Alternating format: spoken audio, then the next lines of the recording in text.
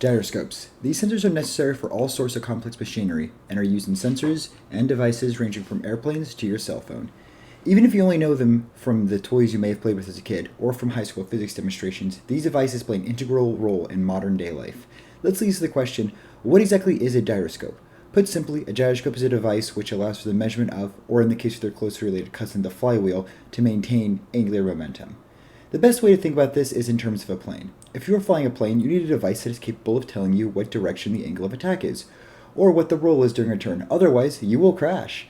Gyroscopes are useful in far more than simply planes, however, and, due to the invention of MEMS, micro-electromechanical systems, these devices can now be built smaller than ever and are present in devices ranging from your phone to your hard drive. This doesn't really answer the question of how exactly a microscale gyroscope works, however.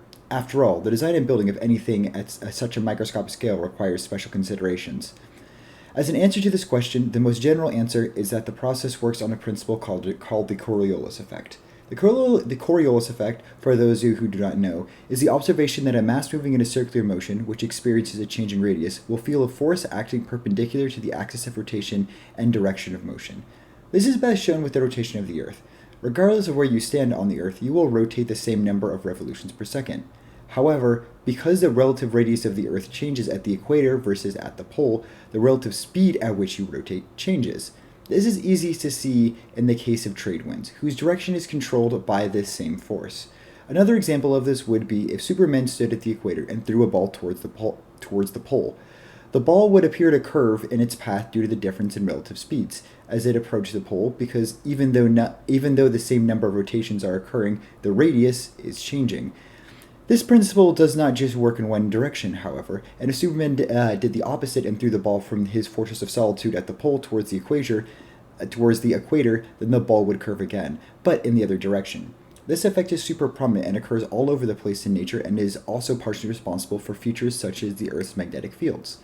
MEMS gyroscopes take advantage of this exact effect, but on a much smaller scale. A MEMS sensor fundamentally is a transducer, a device which can transform or transport information by changing its shape. In the case of a MEMS gyroscope, it transforms rotation into displacement via the Coriolis effect, which is then turned into a changing resistance or capacitance via a variable resistor or capacitor, whose change can then be turned into a voltage via a Wheatstone bridge. This still begs the question, how does a MEMS gyroscope take advantage of the same force which causes trade winds and takes place on a planetary scale? The answer is best understood by drawing a simplified version of the sensor and imagining it on a rotating disc. In the case of a simplified MEMS gyroscope, there are usually three major parts: a vibrating mass, a y-axis spring mass damper, and an x-spring mass damper with a relative resistor or a capacitor. The vibrating mass is placed into a two-spring mass damper system in such an orientation where the vibrating mass usually moves in a sinusoidal path in one direction, which in this case is the y direction, or in the rotated drawing here, the x-axis. This movement doesn't do anything right now except move on its own axis. However, if the sensor is placed on the rotating disc, then as the mass moves closer or further away from the center of rotation, then its radius changes, and therefore the Coriolis effect happens and takes over. Think of it like Superman throwing a yo-yo and then pulling it back. Similar to the example, as the mass gets further away from the sensor and its radius changes, then it will experience a greater or weaker Coriolis force. The mass will also experience a movement in the x direction, which is then measured by the variable resistor. The advantage of this system is that the force felt by the Coriolis effect is directly related to the distance from the center of the rotating object. So we can get a nice sinusoidal output as the measurement, because as the radius changes, so does the Coriolis force. In fact, the equation for how force relates to all of this can be described as f of t equals f of 0 sine of wt. These signals are then measured via a variable resistor or capacitor whose properties change depending on the forces that they experience. And the signal is then sent to a Wheatstone bridge where a voltage difference is created, and then said difference is then turned into a raw voltage via an op-amp. The equation describing the output voltage and how it relates to the input voltage can be described by V out equals Vin times R1 over R2 plus R1 minus R4 divided by R3 plus R4. So if, for example, resistor 4 is the resistor whose resistance changes, then the output voltage will decrease if the resistance increases. This style of gyroscope is currently the most common and is used in a vast majority of applications, but it is not the only design, nor is it the first design for a gyroscope. While there are many different versions of gyroscopes that have been implemented and perfected over the years, the other main two common ones and the most elegant are the mechanical gyroscope and the optical gyroscope.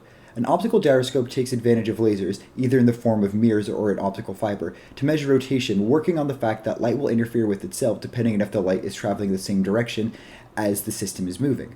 On the other hand, a mechanical gyroscope uses a spinning disc inside of a gimbal to allow the relative frame of the user to change, while the spinning mass will remain in the same orientation regardless of what occurs around it. So a mechanical gyroscope could be placed inside of a plane, and while the body would move along with the rest of the plane, as long as the gyroscope was spinning, the mass inside of it would always remain unchanged in its location, allowing for reference for the pilot. These two designs have their own pros and cons, but fundamentally, MEMS designs are smaller, relatively effective, and output their results in terms of voltage, which is much easier for a computer to measure. As a result of this, MEMS designs are used in everything from watches to cars, and as most devices that deal with movement want to have a method to be able to detect motion that is used in almost everything in one way, shape, or form.